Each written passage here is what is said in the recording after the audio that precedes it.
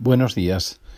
El pasado día 18 fallecía el pastor y conferenciante y además teólogo Juan Driver, un hombre que impactó mi vida cuando yo tenía 18 años, 17, 18 años, 19 años y la de muchas personas jóvenes que vivíamos en un ambiente de iglesia basado mucho en tradiciones, en una vida, bueno, más religiosa que de relación con Dios, y sus escritos, sus predicaciones y sus conferencias marcaron a muchos jóvenes de este país, igual que en Latinoamérica. Juan Driver escribió varios libros para ello, uno de ellos que a mí me impactó grandemente. Bueno, hay dos realmente. Uno de ellos es Comunidad y Compromiso, donde habla acerca del concepto comunitario de la Iglesia, y la importancia de la comunión, de la relación y de que la Iglesia es el cuerpo, la familia, como hemos visto esta semana pasada. Pero hay otro libro que se titula Militantes para un Mundo Nuevo, y en ese libro lo que está es cuestionando la interpretación tradicional que se había estado haciendo durante muchos años sobre el Sermón del Monte, de que son una serie de leyes, normas, religiosidad, para plantear una forma de vida, un estilo de vida.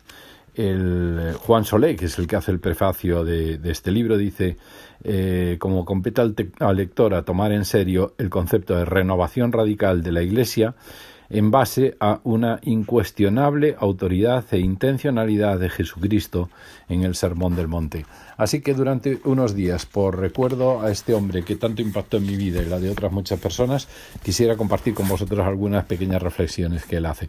Y la primera, las primeras tienen que ver con las bienaventuranzas que son parte del Sermón del Monte, el primer discurso de Jesús, donde habló de cosas no teóricas, sino muy, muy prácticas.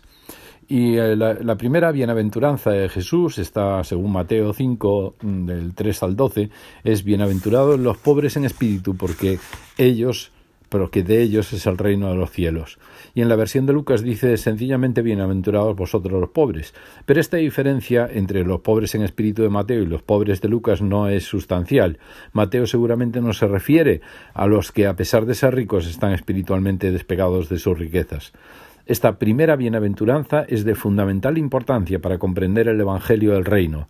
Apunta a la característica básica del Mesías Jesús y del reino que él trae. En cierto sentido, todas las demás bienaventuranzas están ya prefiguradas en esta. En el reino de Dios no se puede entrar como rico, sino como pobre, según Marcos 10:21. Pues el reino de Dios es para los que eligen ser pobres, Mateo 5:3. Los que eligen ser últimos serán realmente primeros, Marcos 10:31.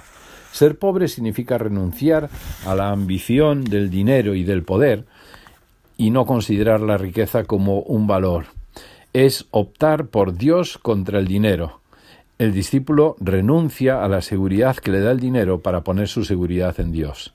El pobre en el pensamiento hebreo es el hombre humilde, típico. Son los que en su larga experiencia de miseria económica y social han aprendido a no contar más que con la salvación de Dios. Se acentúa la condición humilde de los pobres más que la efectiva carencia de bienes. Su pobreza les impide tener la arrogancia y la seguridad en sí mismos característica de los ricos. Abundan en el Antiguo Testamento referencias a estos y da una serie de citas. En la visión mesiánica del siervo de Jehová, en Isaías, son precisamente estos pobres y abatidos los destinatarios del Evangelio traído por el Mesías. Pobres son aquellos que no tienen poder para imponer su voluntad. Lo opuesto de este espíritu de pobre es el espíritu de orgullo. El orgullo le da al hombre un concepto exagerado de su propia importancia. El que es pobre en espíritu se libra de estas imágenes falsas y distorsionadas a fin de ser lo que realmente es, según la intención de Dios para la creación restaurada. El modelo de nuestro espíritu de pobre es Jesucristo, que por amor a nosotros se hizo pobre y se humilló a sí mismo. Estos son los que eligen ser pobres en un mundo orientado en la dirección contraria.